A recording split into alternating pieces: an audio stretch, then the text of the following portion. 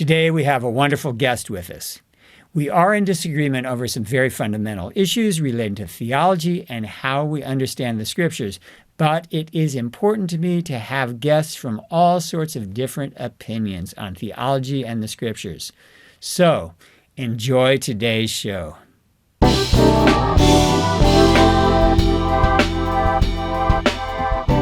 Hi, I'm Dennis Metzler, and welcome to The Charge. Today we are going to take a look at womanism with Dr. Mitzi Smith, who's professor of New Testament at Columbia Theological Seminary, just outside of Atlanta, and is the author of Womanist, Sass, and Talkback, Social Justice, Injustice, Intersectionality, and Biblical Interpretation, published in 2018, and editor and contributor I Found God in Me, a Womanist Biblical Hermeneutics Reader, published in 2015, both books by Whiff and Stock. So, Dr. Smith, thanks so much for joining us today. Thank you, Kevin. Thank you for the invitation. Glad to be here. All right, Dennis. I'm sorry. Oh. Dennis, Kevin. Actually, some people think I look like Kevin Bacon, so anything works. So let's start with your personal background in terms of church background, theological background that give the viewers some understanding of where you're coming from. Yes. So I was raised by my mother and with my siblings in Columbus, Ohio, the Midwest. My mother was raised in the South, and she grew up Methodist in the Methodist Episcopal Church. So I first learned about God or became familiar with God through my mother. And she's deceased now, but she remains for me the epitome next to Jesus of what it means to be a Christian. Because she just loved people. And just believed in treating all people like human beings. And so I kind of strive to be like her in many ways. But my mother was confined to a wheelchair by the time I was about maybe 9 or 10. So she couldn't take us to church, but there was a Presbyterian mission that would come through our neighborhood in the projects and invite us to go to church. And so the times we took on Sunday the bus to Calvary Chapel Mission Church in Columbus, Ohio. And then later, my mom joined the Seventh-day Adventist Church. And I followed her maybe a year later, but before that, she made us go to church on Sunday and Saturday until we made our decision. But currently I am ordained in the African Methodist Episcopal Church. But to be honest, I'd rather be non-denominational. Okay, good. And now, if you could give us some background on womanist thought, how it started and how it got incorporated into Christian theology, and some of the key people in the movement. Yes, so womanist, the term womanist was coined by Alice Walker. She first mentions it in a 1979 essay called Things Fall Apart, or Things Coming Apart. And then she provides a more expansive definition in her book, In Our Mother's Gardens. And that was 1983. And so the term comes out of the Black community. Not that other communities may have used the term, but you acting womanish, right? Which mothers would say to young daughters who were bold, audacious, talkative, yes, and want to know everything there is to know. So you're acting womanish. So it was a term that came out of our community, and she goes on to describe womanism or womanist as one who is comes in different colors. She does physical experience in terms of what we do and so forth, that we are come in all kinds of colors, that we are in the struggle for freedom, like Harriet Tubman, I'm walking to freedom and I'm taking a bunch of children with me. So a freedom focus, liberation focus. But she also makes room for women who are non-binary or who are not heterosexual. I happen to be heterosexual, but she makes room for women who are not. Speaking of women, a womanist can be a woman as well who loves men and also loves women sexually and non-sexually, and that's a part of the definition. Some more conservative persons would probably may have a problem with. So it's sort of an ideal description of what, or prescription of what a womanist is, and ideals we attempt to live into. All right. And So when then, as far as the church, then, how did that Yes. start? Oh, the church. Yes. So Katie Geneva Cannon, Dr. Katie Geneva Cannon, who is now deceased, as a womanist, African American woman ethicist, right? Trained as an ethicist in the academy, first Black woman ordained in the Presbyterian Church. She appropriated Alice Walker's term in the 80s as well and brought it into the Religious Academy. Black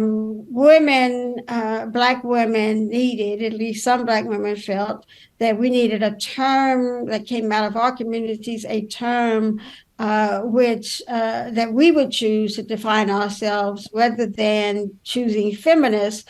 And given also the history of feminism, rarely, if ever, that's probably still the case, dealing with the issue of race.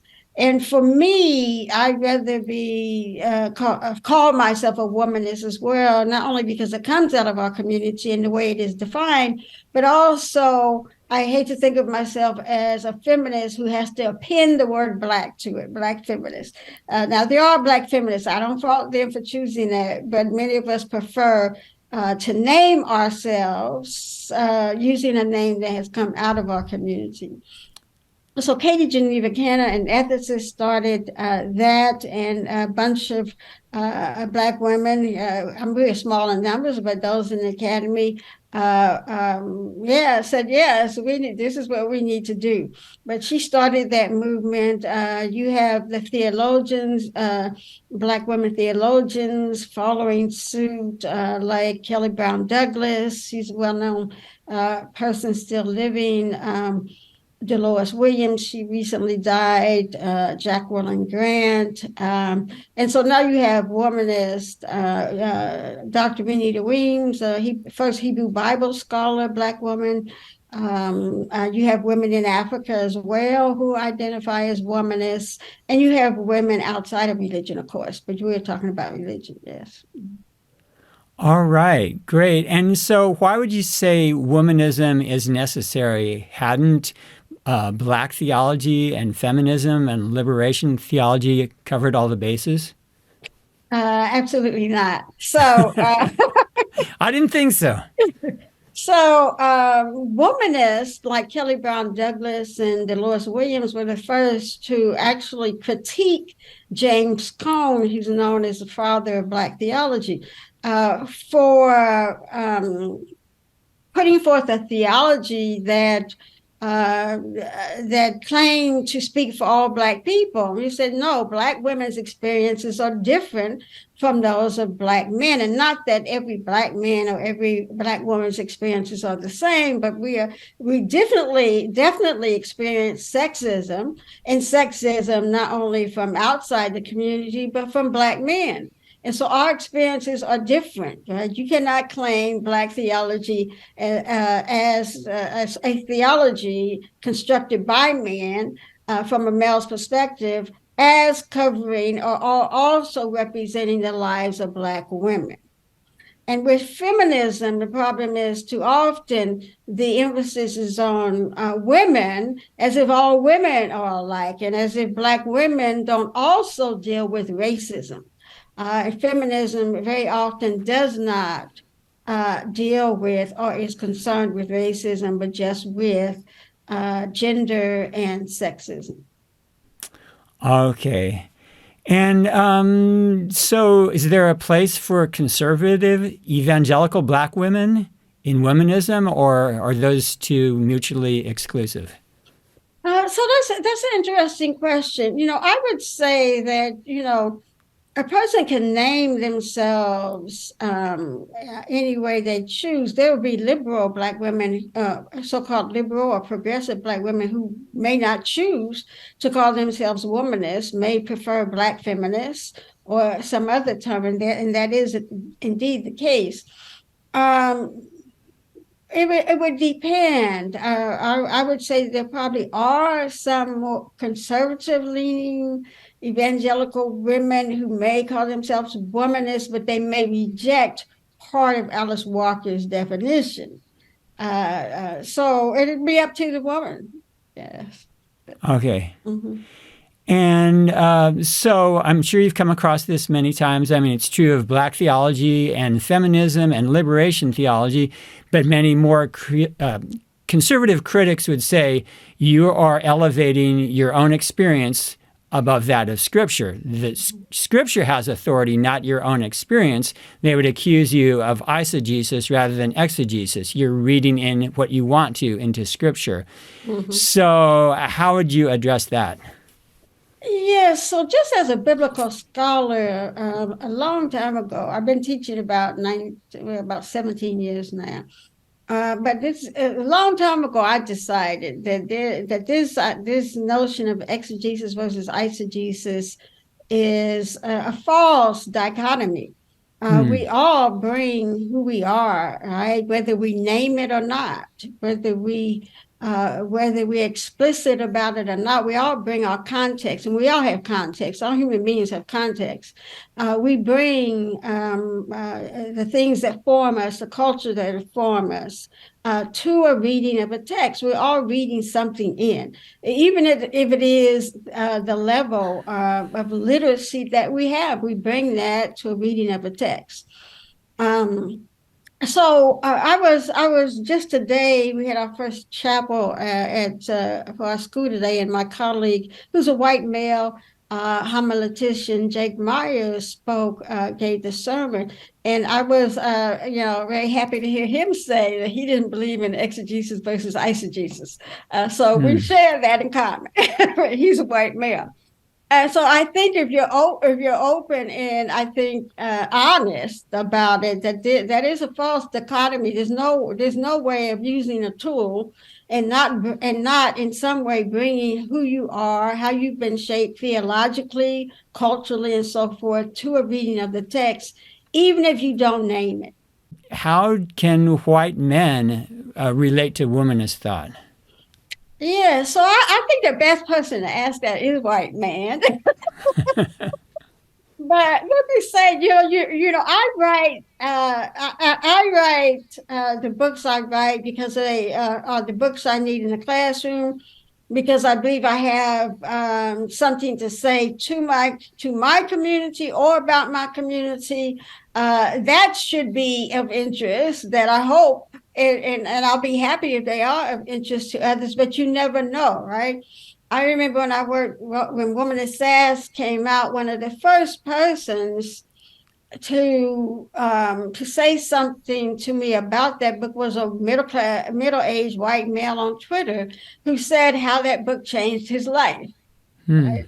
Womanist Sass, that centers Black women, our experiences, Black communities, but it's also very human because even though this is the thing we are all human beings, and are things that we may not name the same, but that we have in common, right? People across race and ethnicity are poor, right?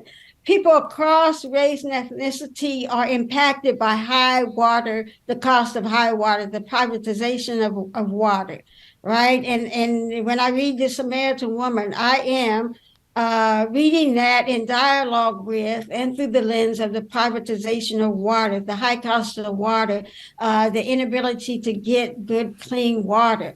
and so forth, which impacts not just Black women, it impacts poor people across race, gender, sexuality, and so forth. And so, for years, before there was African American interpretation or Black theology or womanist theology, primarily because the scholars were primarily white and male, were writing. But why is it that Black people read those things? Because somehow they saw something human, something that was of interest to them, right? And so it should be the same way. If we look at each other as human beings, this person's just writing overtly. I am writing overtly, whereas a white male colleague is writing and not stating, not identifying himself, not identifying his culture, not identifying what motivates him, but often it is out of his own culture. But there's also something very human, right? Because we are human beings about whatever we talk about, and so if we can see the foundational humanness in what we all each are doing, I think that we will find benefit in womanist work, just like Black people have found benefit in writings primarily by white males and white women. All righty. Well, let's dive into your books then. So in I Found God in Me, you wrote a chapter, The Womanist Biblical Scholar as Prophetess, Iconoclast, and Activist. So you are a New Testament scholar. So explain to us what's going on there. Yes. So number one, the essays in that section, most of them except mine, in that section of the book, the first section, were written some time ago. They were reprints, and I wanted to write about, well, what do I have to say as someone new to womanist, fairly new compared to the other people in section one, to womanist interpretation. And as a womanist scholar, right? And the need for us to be prophetic in the sense of speaking truth to power, in the sense of privileging justice, which we believe we serve a God who is very much interested in and focused on injustice or bringing about justice in the world and among human beings. About sometimes, those icons that we have been, whether they're intellectual, theoretical, or so forth, icons that can be oppressive, breaking up or deconstructing some of those things. For example, the notion of the Great Commission. And I see myself as activist through my work. Every womanist will not see themselves this way, but I see myself as activist in that I am trying to not only raise my own consciousness when I write about injustice in the world, but raise the consciousness of my readers about injustice in the world in which we live, but also in the biblical text. All right. And then in the same volume, you also discussed the New Testament's binary portrayal of women as virgins and whores. So that's a provocative approach, all the way from Matthew to Revelation. So what's significant there in your interpretation? Yeah, and again, I'm at the things that ideas and things that are oppressive, and we do know that the Bible is. Most of us admit very patriarchal, androcentric. That means concerned with centering men's constructions of women. And we do see this from beginning and end. This notion that a woman is either a virgin or a whore, nothing in between. And so virgins in the beginning with the Hebrew Bible are supposed to become wives. And you see this whole notion that, they're the property of their their fathers until they're married, then they become the property of their husbands. But in order for that property, that human property, to be passed on of value to a man, she has to be a virgin. And supposedly you know this on the wedding night when she supposedly bleeds, which is a construction as well, right? I imagine a lot of people were killing goats and putting blood on sheets. And when we think about even in our, society, more civil, more advanced society, we know that Jessica Valenti wrote a book about the purity myth.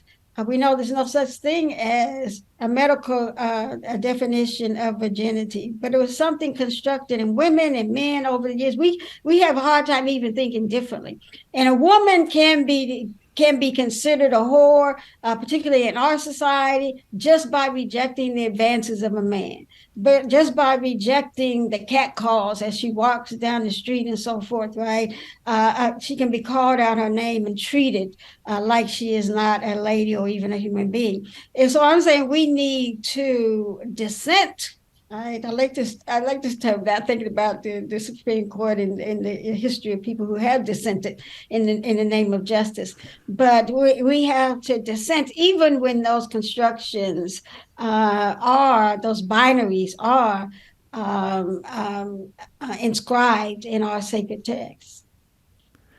All right. So, okay, let's go ahead and the Great Commission then is interesting also what you do with that. So you talk about the teaching emphasized in the Great Commission, but you also want to put an emphasis on social justice there. Mm-hmm. So how's a good way to rethink it or understand the Great Commission in the first place? Or even the naming of it, calling it the Great Commission. Yes, that's what we get at first. And I decided to write that essay because I was in a classroom and we were beginning to study the Gospel of Matthew. And I asked students, what do you know about Matthew, coming into this class? And the only thing I heard was Great Commission. I'm like, oh, okay, you never read it for yourself. It seems like, right? Great Commission. A lot of tradition gets passed on that we never question. We just repeat it. And so people just see it. And even inscribed in the Bible are these titles, right? In most Bibles, you do get a title, not in all of them, the Great Commission when you get to Matthew 28, right? But the Bible itself does not name it that, right? It has been named that and inscribed in the Bible. And so even the title guides you or circumscribes, limits the way you are taught to read that text, right? That is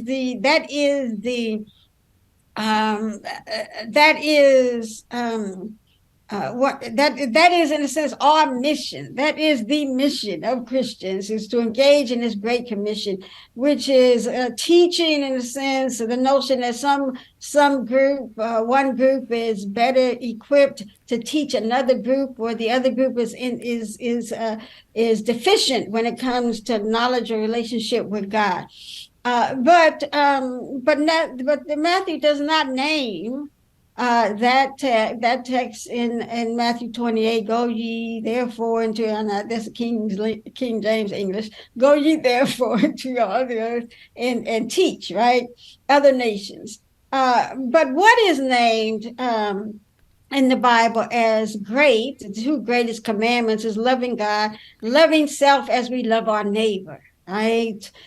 Which is not a rhetorical task. It is not it is something that requires action toward, or being in relationship with God, with having a good relationship with ourselves and with other human beings, right? Valuing other human beings. And I see that Jesus in Matthew, you really can't separate what he teaches from what he does, right? And to me, this whole notion of a Great Commission, because it is historically founded on the notion of going and taking a gospel to people who missionaries and the crown, the emperor, the king, and so forth, considered inferior, right? And so I said, we need to rethink that, right? That to teach that, first of all, we can learn something from each other as human beings, and that God people have relationship with God, right? Long before the Bible existed, and beyond the Bible, right? Christians, like to see the Bible, and we tend to see the Bible as providing a model in the life of Jesus. But it matters how we read that story, how we read the stories of Jesus, how we see them, and then how we see other human beings in relation to that. And we figure, okay, so we know the stories. We entered into a pool, so who better to teach another person how to be in relation to God, when perhaps we can learn, not perhaps, but certainly we can learn something from one another. And it's more important how we treat one another. Okay, but isn't there something that the disciple of Christ has, the teachings of Christ, the presence of the Holy Spirit, the gospel itself, that Christ commissions us not just to teach, but to make disciples? Yes, absolutely, we're to be humble and learn from the people we interact with wherever we go. But isn't there something unique about the deposit that we have from Christ? So that's an interesting question. We like to say that just because we have become Christians and have been taught, right, a certain way to read the Bible, which many of us don't agree on, right? Right, and we have different interpretations. So which one do we take anyway? So that therefore, because we have been indoctrinated, right, about the Bible and how we should read it, therefore that indoctrination is the truth that we should take to other people, as if there is no truth from God in those other people, and as if the only way to get truth from God is through our indoctrination and through the text. Okay. Yeah, that's always going to be a controversial topic Yeah. For sure. All righty. So in Womanist Sass and Talkback, you talk about there's an unexpected connection with the story of the Samaritan woman at the well in John 4 with what you already talked about before briefly, the water crisis in terms of having safe, affordable water. And so if you could, and just those terms, Womanist Sass and Talkback, if you could mention what you're talking about there, getting in the title before you even get into the John passage. Yeah, so Womanist Sass and Talkback, that came to me when Sandra Bland, was died as a result or in consequence of a traffic stop for supposedly not signaling for turning lanes, as if that should be a death sentence. But that really impacted my life. And I heard, people post different things across race and gender. Oh, she should have kept her mouth shut. Okay, so that she should die because she knew her rights and she, tried to voice her rights. And so, I wanted to first talk about her story in conversation with the woman who talked back to Jesus, the Syro-Phonecian woman, in Mark's version, not Matthew's version of the story. And think about... And we'll get to that story too. Yes. Okay. So yes, and so the ways that that sometimes the only thing you have, and particularly poor Black women and men, particularly poor women, period, or marginalized people, right? Sometimes the only thing you have is your voice, right? And not even always your vote, because throughout the years that has been either denied or been you face violence by casting your vote or whatever, and some are trying to roll us back to those days. But our voice, right, is important. It's something God has given to us. And so we have the right, and sometimes very necessary, to talk back to oppressive powers and so forth, whether they are in the biblical text or outside the biblical text. Okay, good. And so what happens in John 4 then? Mm-hmm. Yeah, so in John 4, I am talking back, and I like to place in dialogue contemporary injustice issues of injustice, and a reading of the text, of a biblical text.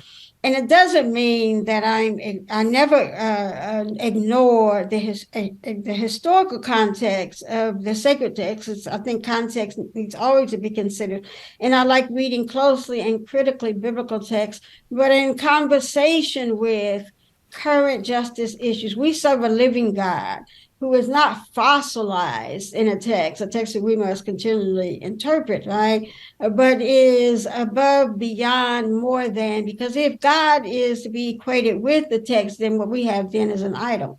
But God is so much more. God is not human, and God is not human made. That's why Stephen was stoned, right? He said God does not live in houses made with human hands. I'm like, wait a minute, you talking about the temple?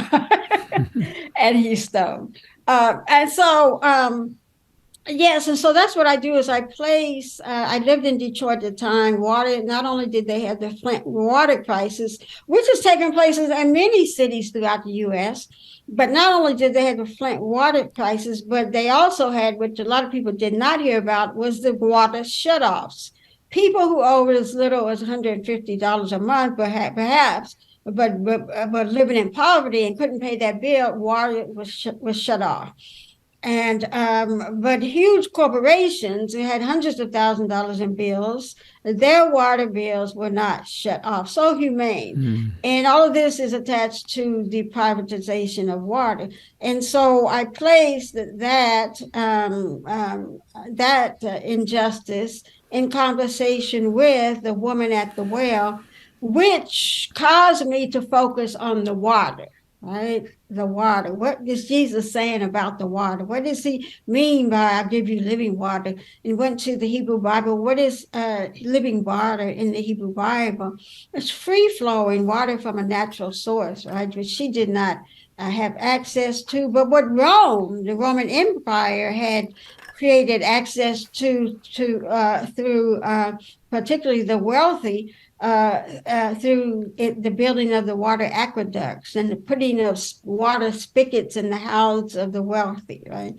And how that ingratiated Caesar to the people, which causes us also to look at Jesus' statement, I can give you living water, as subversive to oppressive empire.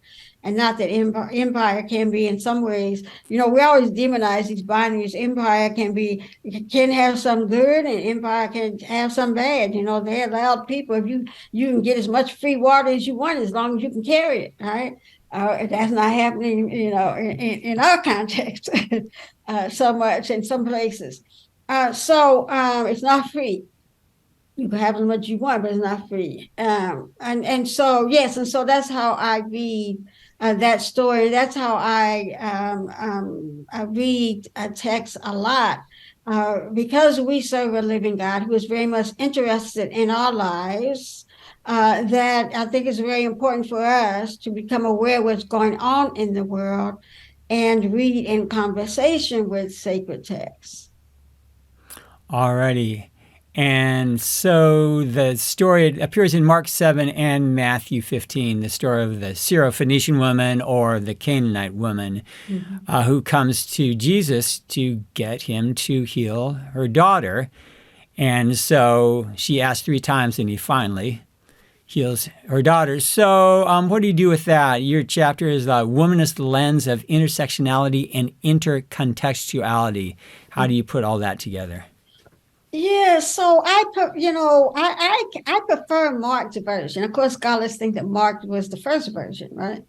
But I prefer Mark's version because, one, There is not this, what I see as, which I'll be writing about in another article.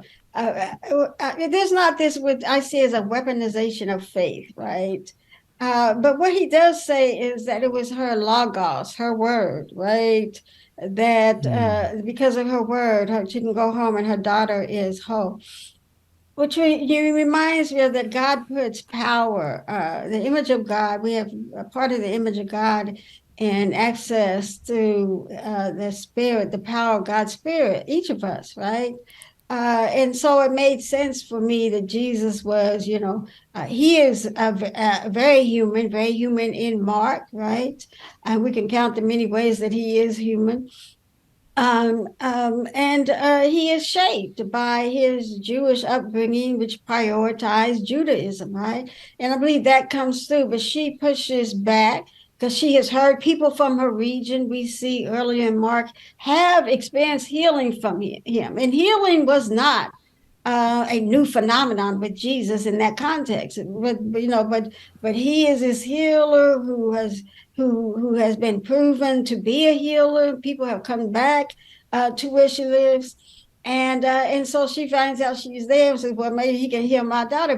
But what it is, though, that he recognizes the power in her word, in her voice, and says, because of your word, your daughter is healed, right? That perhaps God has seen her.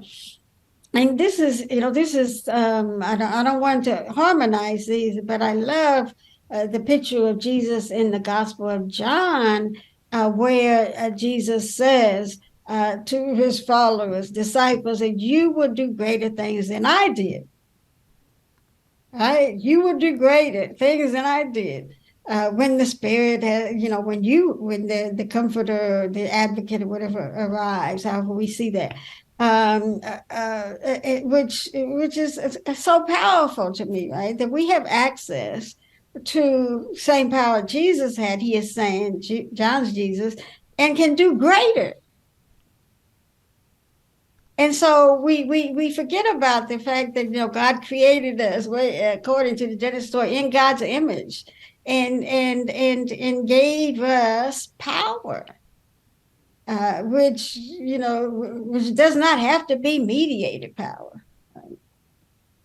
All right, but wouldn't some people accuse you of saying that Jesus is being xenophobic then, in originally withholding the blessing, healing from her?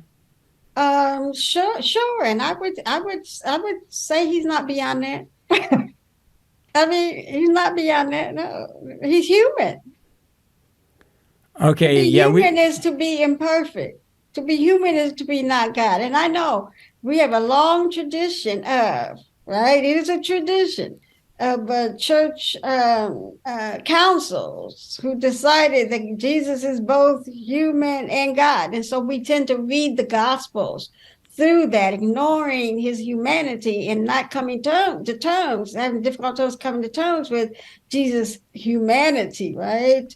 But I think tradition is something that is started and can be looked at differently, can be relooked at. Tradition is something we pass on.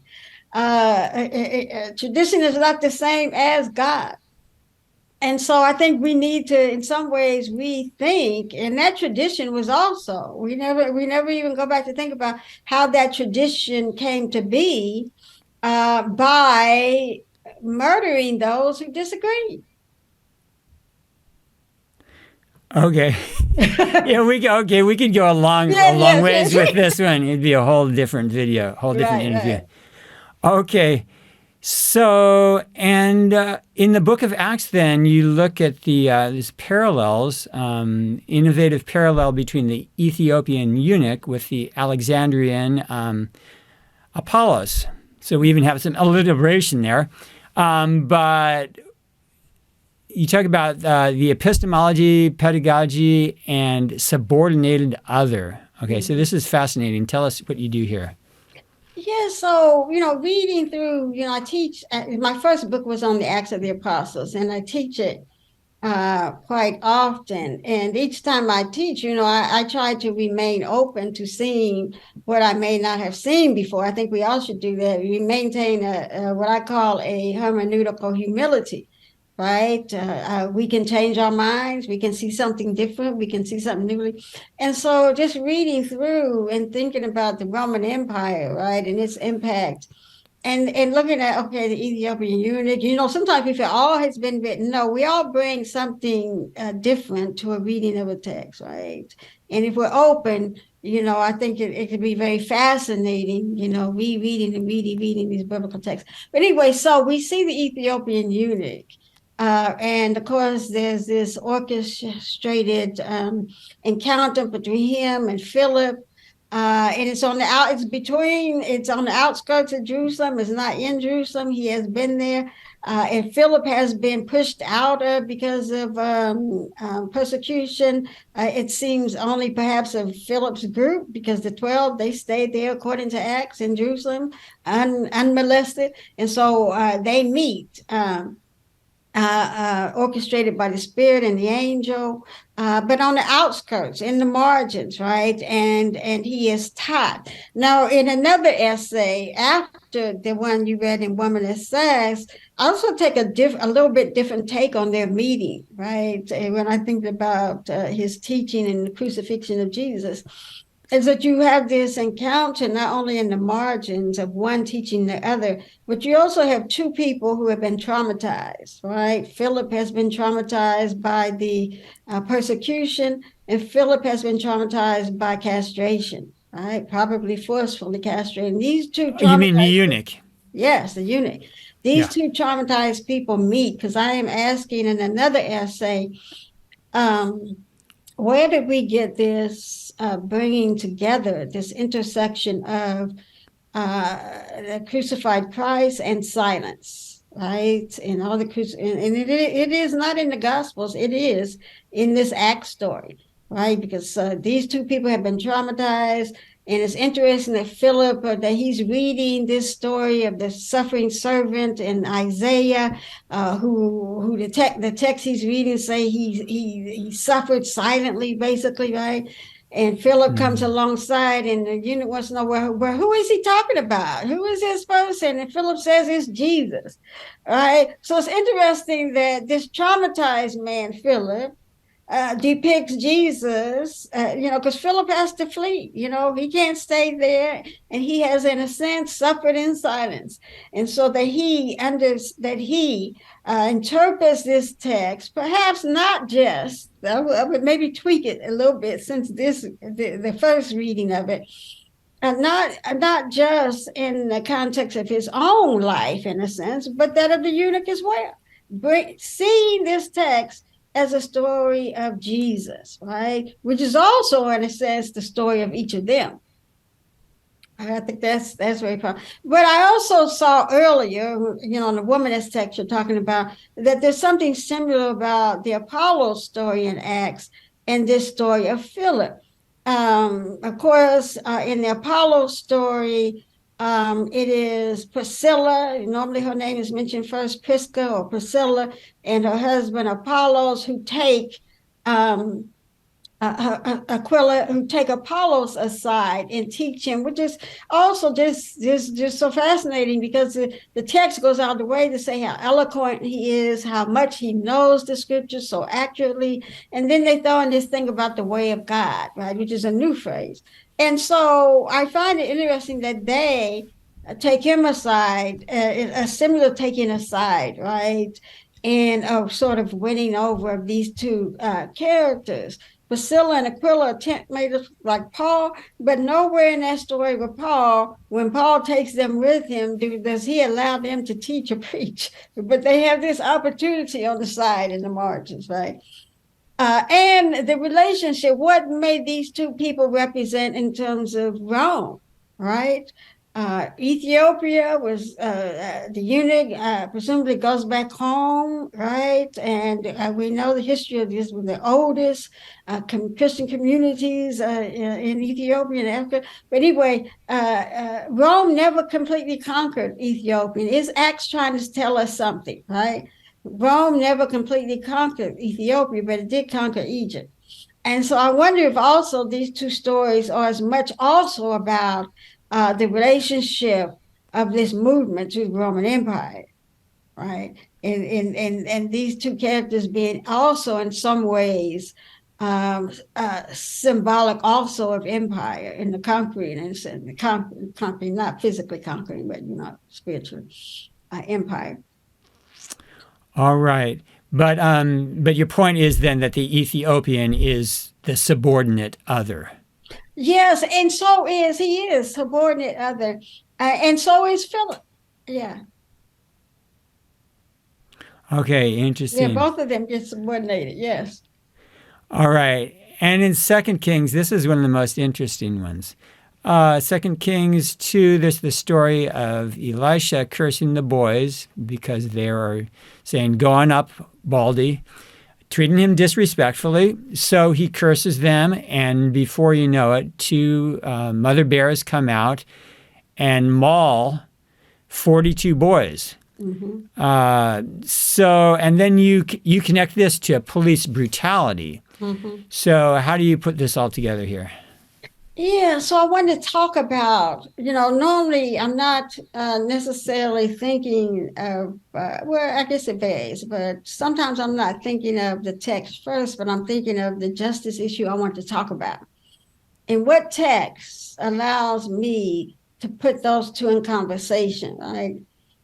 And so in this case, I remember, growing up reading this story all the time. This story, the cursing of the boys, and of course the boys are wrong. They deserve what they got. That's the way we read it, right? But for if every kid ended up this way for being disrespectful toward an authority figure, we might not have any children. There may not be any children around. But we buy into this notion because it's in a sacred text, right? Oh, yes, that was okay. But what I'm saying is that it is, in both cases, is very much about authority, right? And how authority, in a sense, I don't think I used this word in my analysis, but authority, in a sense, almost gets deified, right, when it's connected to prophets, right?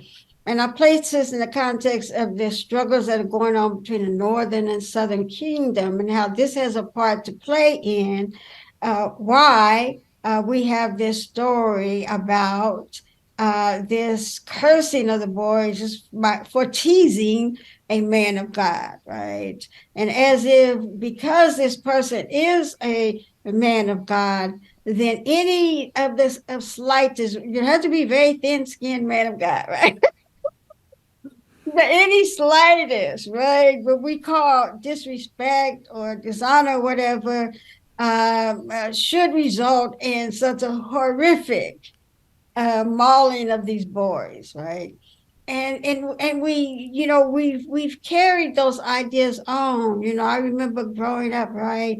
Oh, touch not, was usually taught through the phrase "touch not my anointed and do them no harm," right? And so one thing you can't talk about is the man of God. I don't care how horrifically the man of God may be acting themselves, right? That you don't say anything about that person, and or you bring the wrath of God down on you. But I'm saying that we need to question that whole idea, right? Is God that thin-skinned? I hope not. Right? Yes. Okay, and then how do you tie it more specifically to police brutality? Yes, talking about authority, right? It is a lot of times, and we see this lately with the Tyree Nichols case, right?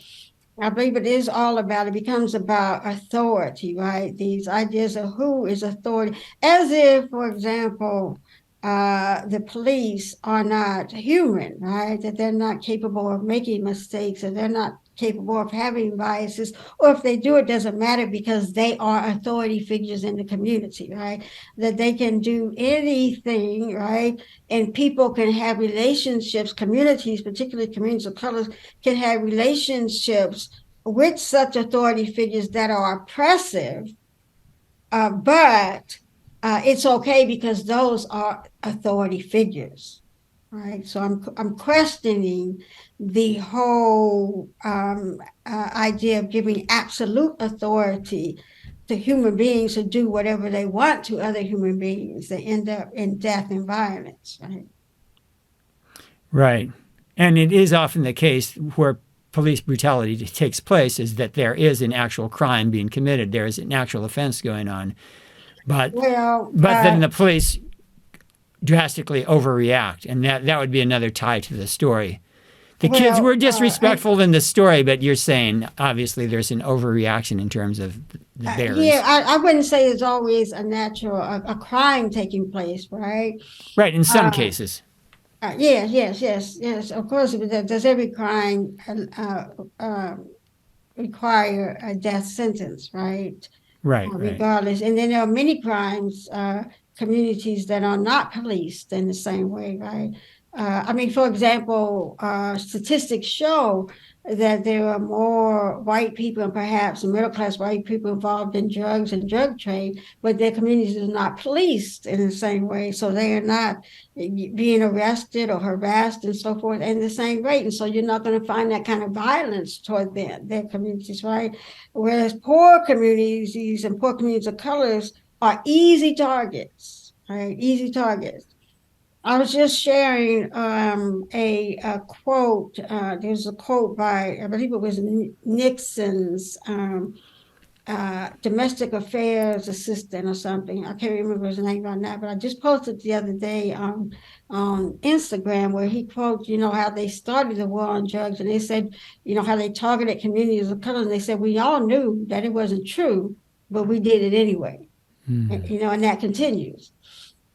And so, yes, and there's statistics that show, for example, in other crimes that minorities and Black folks aren't the greatest perpetrators of in numbers of shoplifting, but they're the most ones charged, right? And so forth. And we can go on and on about crimes. And also, there are things that are made or criminalized, right? That make certain people. Let me see how I want to put this.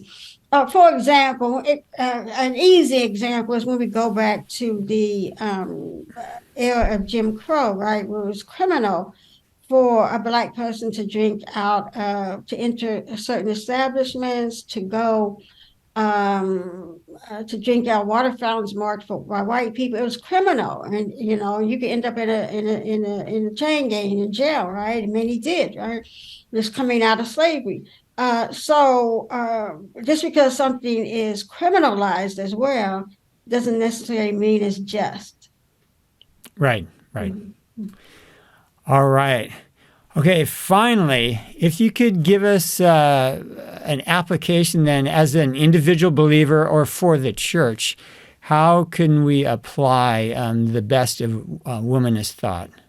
Mm-hmm. Yeah, so I would encourage. Well, let me think from the go from the perspective of white students who do take my womanist classes or take my New Testament classes.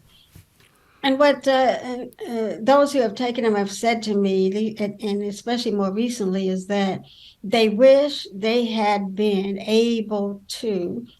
Well, with this young lady, speaking of her roommate, sharing with her roommate what she's learned in our New Testament classes, said, I wish that when I was in seminary, she wished that she was in seminary, that she had been able to privilege justice, right? Their own injustice. Like, and my students, when we privilege justice to interpret text, if you're a white student, you have injustices that you incur. Right? I have a student who had been, really violated within his family and treated, just horribly.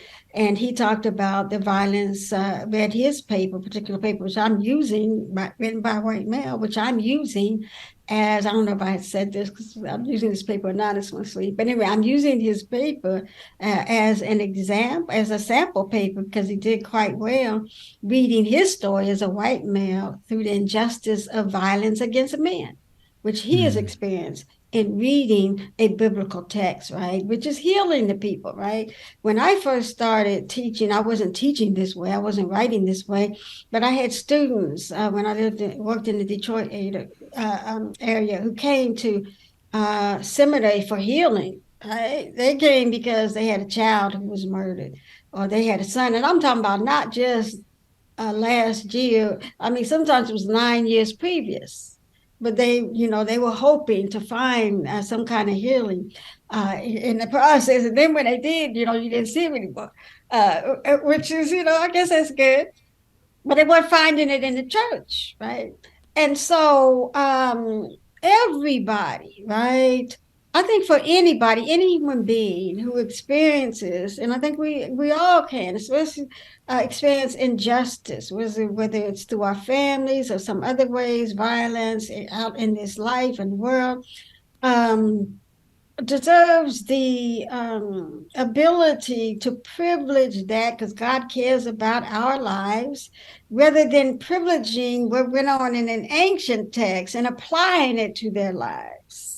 I think it's better to allow people to be in conversation with an ancient text rather than imposing an ancient text upon their lives, our lives. And that works, across, people find that life-giving across race and gender and so forth, yes. All righty. All right, well, you've given us a lot to think about for sure. So I'm Dennis Metzler. You've been listening to The Charge. We've been with Dr. Mitzi Smith looking at womanist thought. And so she's the author of Womanist Sass and Talkback, Social Injustice, Justice, Intersectionality, and Biblical Interpretation, and the editor and contributor to I Found God in Me, a Womanist Biblical Hermeneutics Reader. The links are below. Check them out. So, Dr. Smith, thank you so much for joining us today. Thank you so much. All right, peace to everyone. Please check out more videos from The Charge. Don't forget to click on like and hit the subscribe button.